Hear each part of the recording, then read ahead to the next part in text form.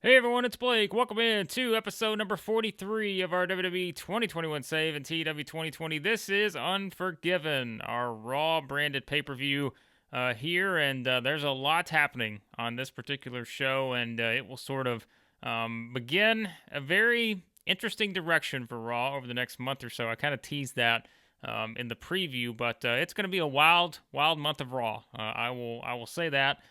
There is a lot in the works, and we will see if all of it unfolds as we want it to. So let's start with the pre-show. One match.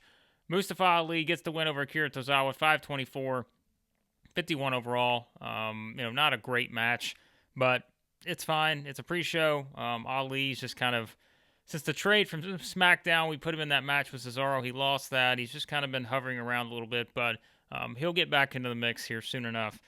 But for now, he does get a win on the pre-show over Tozawa. Now, let's jump into the pay-per-view, which I think this is going to be the most segments I've actually had on a pay-per-view thus far. Even more than SummerSlam, I'm pretty sure. So, yeah, we got a lot to get to. So let's jump in. And we start with Edge making his way into things, and Randy Orton and Edge kind of veer off, and it's Edge who we see with Pat McAfee, and this gets an 83 overall. Lots of green here, always good. Edge hyping up the main event tonight, which will be Edge against Rey Mysterio for the WWE Championship, and Pat McAfee just wants to know what's going through Edge's mind, and Edge just says, hey, I've said pretty much what I need to say. I've told Rey that, he talks about friendship, the past, all of this other stuff. He said he's only focused on the present and the future, and that the past, present, and future will all come together tonight. He keeps repeating this line that he said a couple times, and he's always told Rey, and Rey has known this even since when they were friends. When it comes down to it, Edge at the very core is indeed the ultimate opportunist, and Rey will find out exactly what that means when they get inside the steel cage later on tonight. So Edge hypes up our big main event, and we will get there in just a bit. But we start with a really good match here. 79 overall. I thought this would maybe hit that 80 range, but close enough. It seems with Cesaro off his game, that does not help. But speaking of Edge, he has now a match scheduled at some point in the future with Cesaro, as Cesaro gets the win in our challenge, kind of championship challengers match here, with the winner getting a shot on Raw in the coming weeks against our champion, and we'll see if that winds up being Edge.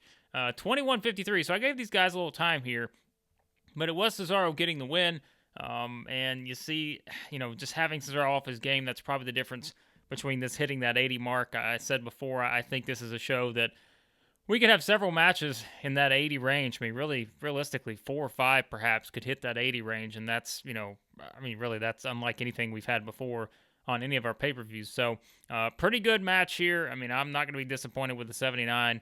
Not at all between these two. We did really try to, go all out here. We did sort of a slow build. We had it called in the ring, and we did do the ban on the spinal impact moves to kind of help out there as well. So, 79, we will take that for Cesaro and Sheamus. And Cesaro now has himself a WWE Championship match in the coming weeks. But we're not done with these two, because after the match, 84, great stuff here. What a brawl. They just go through 22-minute match, and it is Cesaro and Sheamus actually coming together, shaking hands after the match, a little sign of their competitive respect for one another. We know the history between these two. We know kind of everything that's kind of led them to this point. And so, after the match, we get a little handshake here before Sheamus exits, and Cesaro continues to celebrate his big win, and now knowing that he's one win away from the WWE Championship. So, that is the setup here. 2 really good segments involving these two. Not going to be, disappointed at all with that. So, that leads us into our next match, which is Montez Ford getting the win over John Morrison. 62 overall here. I know this wasn't a very long match, but as I've said before with these pay-per-views, sometimes we've kind of got to pick our time on some of these, and they're going to be shorter than probably I would prefer. But you can just kind of look at this as sort of a sprint between these two.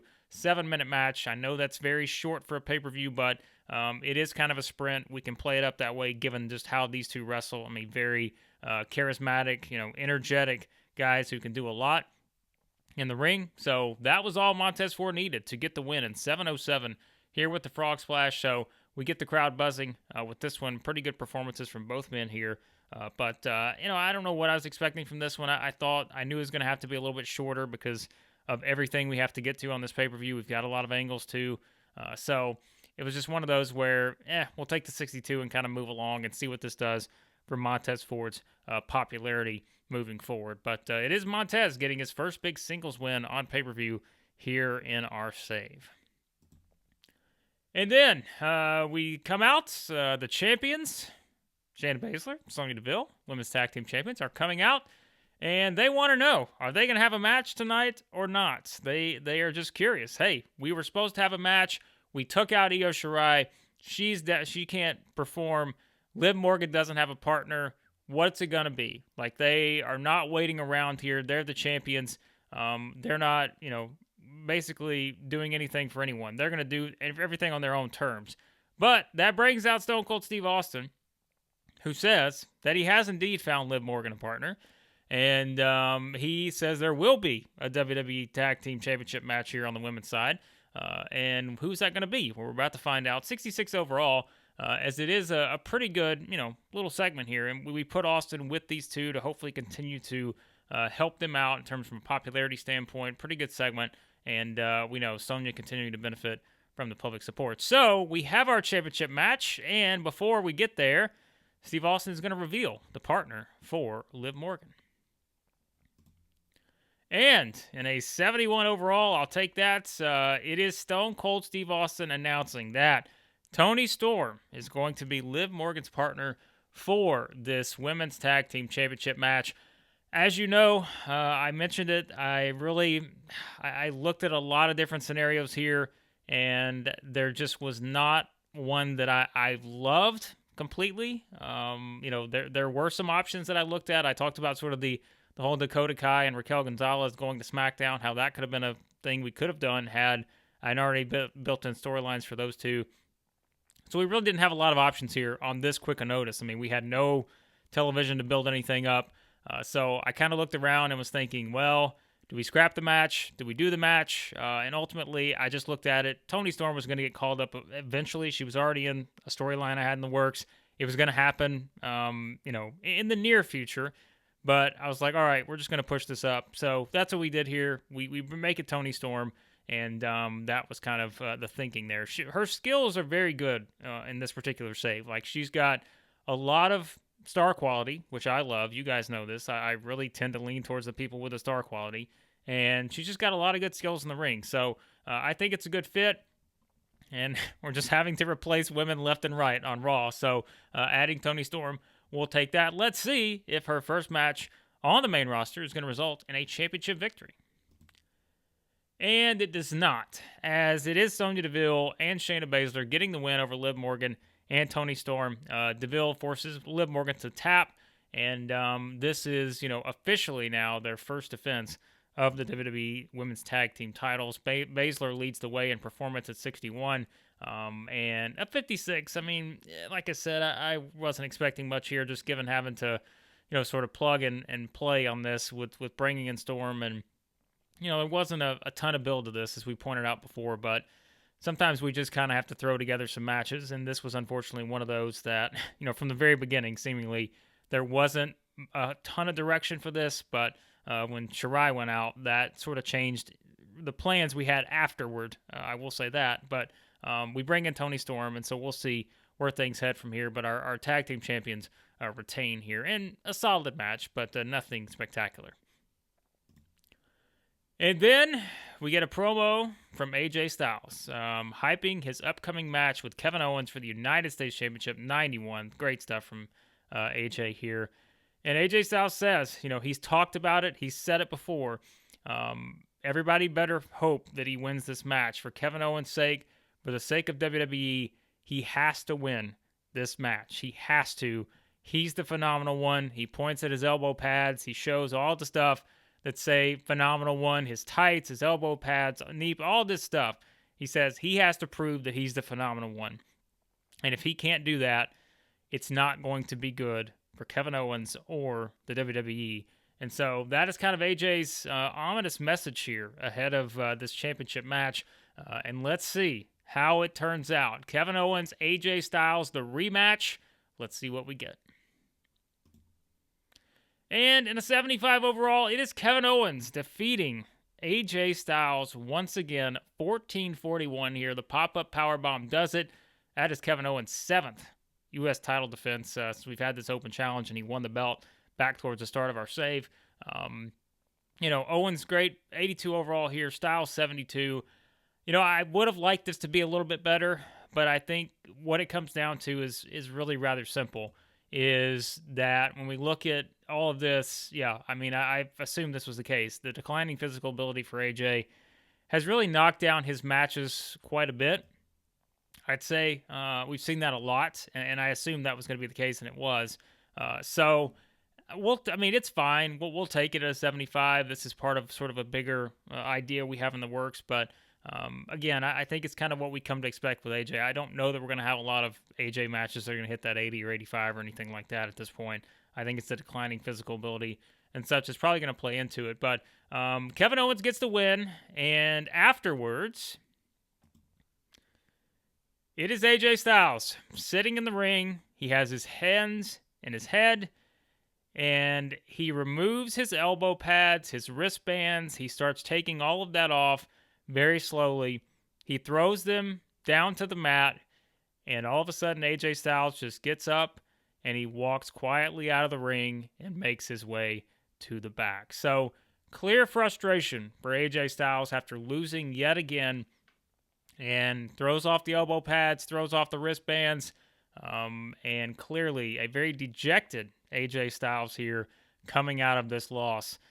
So we'll see what happens, but another great segment, 86 here from AJ, so he delivers in the two angles he's in. The match was good. We're not going to be upset about a 75. We just thought it could have been better, but something going on with AJ Styles. Perhaps we will find out what that is soon enough. And then we get to our WWE Tag Team Championship match, which is the New Day defeating the Dirty Dogs, 11:45. Kofi getting the pin on Robert Roode, and the New Day have now defended their title once. So we get the bonuses as usual with these teams. We look at the in-ring performance. These two certainly ahead of these two at this point. 62, solid match, nothing spectacular. And this was another one of those matches that I kind of figured that was going to be the case. We knew this was sort of a show that was built around really our top 5 matches. We've already seen a couple of those. This was not really in that group. We just, our tag team division, I've talked about it. There's been obvious frustrations, I think, with just our tag team division and what we've been able to do. But without giving anything away, that's going to change pretty soon. So, that's what I'll say. But yeah, there's not been a whole lot going on with our tag team division. But the New Day get the win, and we'll see what that leads to next for our current tag team champions. And then it is Big E coming out. We've talked about this build and everything. He's been calling out Goldberg over the past, couple weeks and saying that the only reason basically he got into wrestling was because of Goldberg. And they've never had that one-on-one match. He's seen Goldberg. He's heard him talk about how he's ready to be done. He's not going to have another match after that one he had with Owens. He wants that opportunity before Goldberg walks away. Big E wants that dream match. He wants his match with Goldberg. And that is what he's been asking for. And he wants to know, is Goldberg going to actually step up? Is he here? Is he going to have this match? And so Big E just kind of waiting in the ring to see what happens. And then it is Goldberg arriving to face Big E. We have Goldberg coming out, dramatic fashion, 71 overall here. Not bad for these two. And that is going to lead to our match. It is going to be Big E versus Goldberg here. And you already know what I'm thinking. Like in my voice, I'm like, oh boy, like how bad is this going to be from a rating standpoint? Please don't let Big E get hurt. None of this. So let's see how it turns out. Goldberg comes out, the big showdown, Big E and Goldberg. Okay, well, 56. I mean, actually, that's much better than the one he had with Owens, right? I don't remember what it was. I want to say that was like in the 40s, the low 40s, from what I remember. So we will actually not be that upset about Big E and Goldberg here getting 56. But it is Big E getting the win over Goldberg, 5 minutes, 4 seconds. We can't go over 5 minutes with Goldberg at this point. We get the warning every time. The big ending does it, so a very quick physical match between these two. Big E gets his dream match against Goldberg. Goldberg off his game. We're in no way surprised by that. But actually, when you look at it here, Goldberg with a 76 in-ring performance, Big E with a 74. And we actually have something after the match, which is going to be Big E and Goldberg. We get a big hug, and Big E leaves the ring and just kind of, throws his hands towards Goldberg, basically insinuating that this is it for Goldberg. As Goldberg stands up, and the crowd gives him a standing ovation, and that's kind of the message you get here, that this is it for Goldberg. This may actually be it for him, and that Big E got that one match he wanted before Goldberg may be done for good as an in-ring competitor. So a 74 overall. Full transparency. This was not the original plan.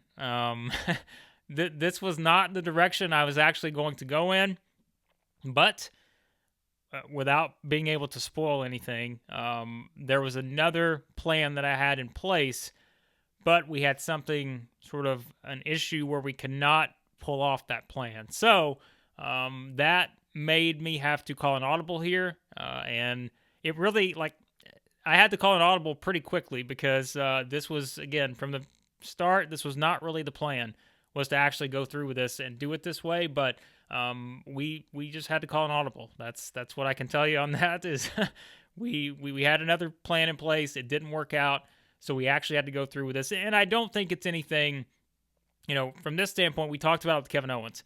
It's going to give Goldberg, or it's going to give Big E a boost in popularity. And so for that, that's okay. Because Goldberg is still, he's still the third or fourth most over person in the company right now. So we're still going to get something out of this. I can't say it was exactly what I was going for, but we are going to get something out of it. And if that means better popularity for Big E, from an in-game standpoint, we'll take it. So that is looking at the bright side. But originally, I had another sort of way of kind of pushing this angle forward here, and it just didn't play out that way. And it's also worth noting, once I decided to call an audible, I realized, well, Goldberg has one appearance left on his contract. So we kind of really had to make some changes. So if you were wondering, was this one kind of on the fly? Normally, most of the stuff I do is not very on the fly. It's usually, well booked in advance.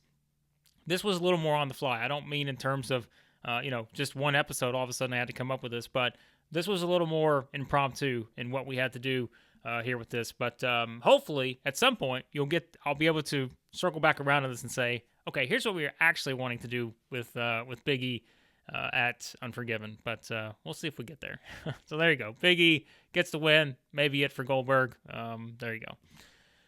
All right, and that leads us into another match here, as it is Becky Lynch getting the win over Sasha Banks, 17:01, uses the disarmer, and 74. It is after botched interference from Bayley. So Bayley basically tried to guarantee that she was going to get involved with this match, or thinking that Sasha Banks was going to win. She basically guaranteed it, and so, Bayley decides to actually try to play her hand in this and to actually interfere on Sasha's behalf. It works against her. Becky Lynch gets the win, and so now Becky is the number one contender for the Raw Women's Championship. I thought this was kind of an easy story to tell here because we had played up everything. We've played up the tension with Bayley and Sasha, and now, what do you know? It's a pretty easy place to go to with Bayley accidentally hitting Sasha. We haven't had any of that physicality between those two yet, but we accidentally get that here to kind of play that up a little bit more.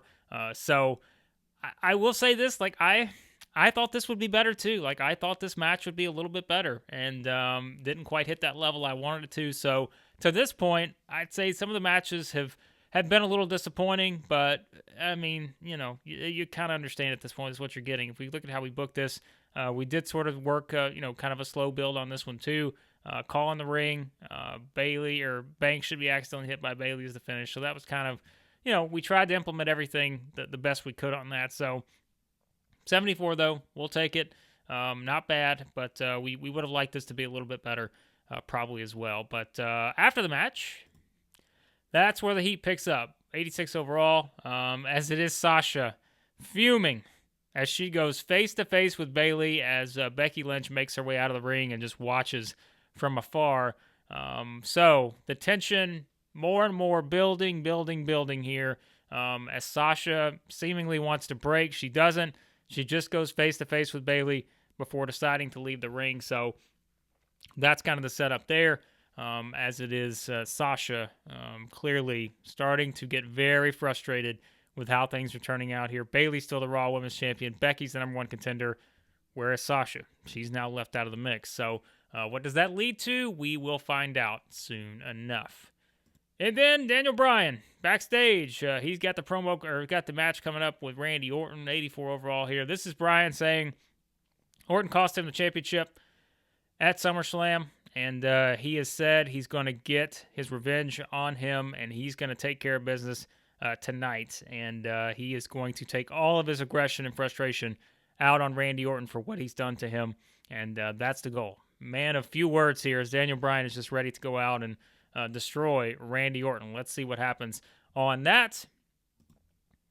And 81 overall here, so we get our first match in the 80s. That's good to know. And it is Daniel Bryan getting the win over Randy Orton in 1704 here. Really good match. 81, like I said, I was hoping we'd have 2 or 3, 4 matches, maybe hit that 80 mark. Not quite going to get there on this pay-per-view, but we will take this at an 81 between these two with Bryan and Orton. Plus, you have Orton off his game, so it could have been a little bit better here. Commentary, I mean, hey, these two are clearly really good, and we just didn't get quite the commentary we needed here for this one. Bryan with a 90 in-ring performance. He's fantastic.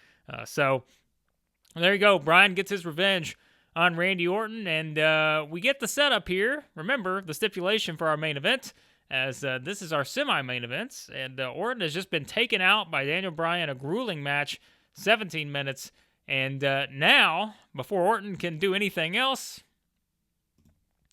Steve Austin comes out and says, Randy Orton, get your ass to the ring because I got the handcuffs, and you are about to be handcuffed to the cage. So Orton, we get the transition there. I like the setup doing it that way. That's why I wanted to kind of position these matches back-to-back. Was, you get Austin making his way down. Orton gets no break. Not only does he lose to Daniel Bryan, but now he's got to go straight down to the ring and be handcuffed for the cage for the main event. So, kind of the good guys getting the best of the bad guys here. And we've kind of seen that flip a little bit based on what it's been here over the past several weeks. So, like this, the way it's set up. And now we've got Randy Orton handcuffed to the cage ahead of our main events. And I'm going to structure this a little bit differently here. We are going to actually, and you'll understand why once we get to it, but we're going to have the match. We're going into our main event, Edge, Rey Mysterio, inside a steel cage for the WWE Championship. But we're going to play it out a little bit differently, and there's a reason why we have to do that. But let's go ahead and jump right into it. So we start off here as it is Edge and Rey Mysterio. Match going on. We have them battling in the cage. They're going at each other. Just look at this as though the match has already started. So we're just kind of documenting what's happening here in the match. So Edge and Rey battling inside the cage, and a lot of back and forth. We've got Rey really going at Edge. I mean, there's certainly a history between these two, and a lot of sort of build to this. And it gets an 87. So we'll take that to kind of add to our ratings here, as basically setting it up as a freestyle segment, even though it's a part of the match.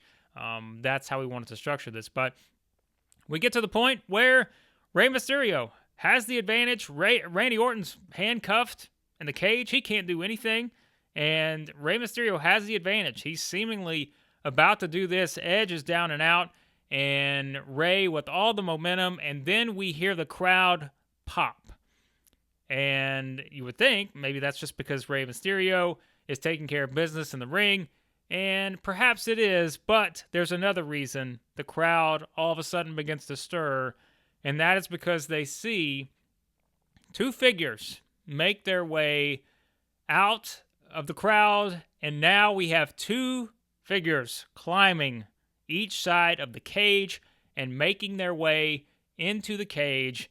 and it is very clear at this point who these two people are. It is Penta and Phoenix, who have made their way into the cage. 63 here. I'm not worried about the segment rating. I'll talk about that in a second.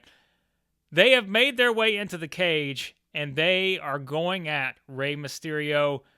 We get the debut here of their gimmicks, which clearly does not go over very well, as Penta gets a poor, Phoenix gets an adequate. That's not what we wanted. We wanted them to have a little bit better of gimmick ratings here, because really that was the best ones to choose from here. But they leave Rey Mysterio down and out. So Penta and Phoenix, where in the hell did they come from? Well, the setup here, and we'll get to it in a second, leads us into the actual finish of the match, and it is Edge defeating Rey Mysterio inside the steel cage. 1640, uses the spear, and as we note here, Penta, we're going to put him as the person who attacks Rey. 75 overall in our main event. So another one that's kind of good, but not great. Edge retains the title. And clearly, all the buzz now is going to be surrounding the finish to this match. And Rey, Phoenix, Penta are now in WWE. How did that happen? Well, I realized from the very beginning in the save that they were available contractually to be signed, and so I made the decision very early that we were going to bring them in at some point, and then I realized, okay, here's how we can do it. When we started building this out, a couple months ago, I started realizing, okay, this is the spot to bring them in, and this is why we sort of played up the past, present, future thing that we did in the storyline, in the promos, all of that, because there is history between Penta, Phoenix, and Rey Mysterio. And when you go back to, whether it's Lucha Underground, AAA, all those things, you clearly see that there's a pattern here, and that Edge kind of, again, pulling the strings as the ultimate opportunist. He took advantage of the opportunity knowing that Penta and Phoenix were available. He brings them in here, and now you've got the setup where we have one of the best tag teams in the world joining the company, but not just that, we have them joining the company and immediately setting their sights on Rey Mysterio, who they already have history with. So there is your fallout from the main events, as Randy Orton handcuffed to the cage was sort of the decoy to make you think, all right, well, Randy Orton's handcuffed, there's nothing he can do. Well, turns out there were a couple other guys who could get involved in this thing, and Edge found a way to make it happen.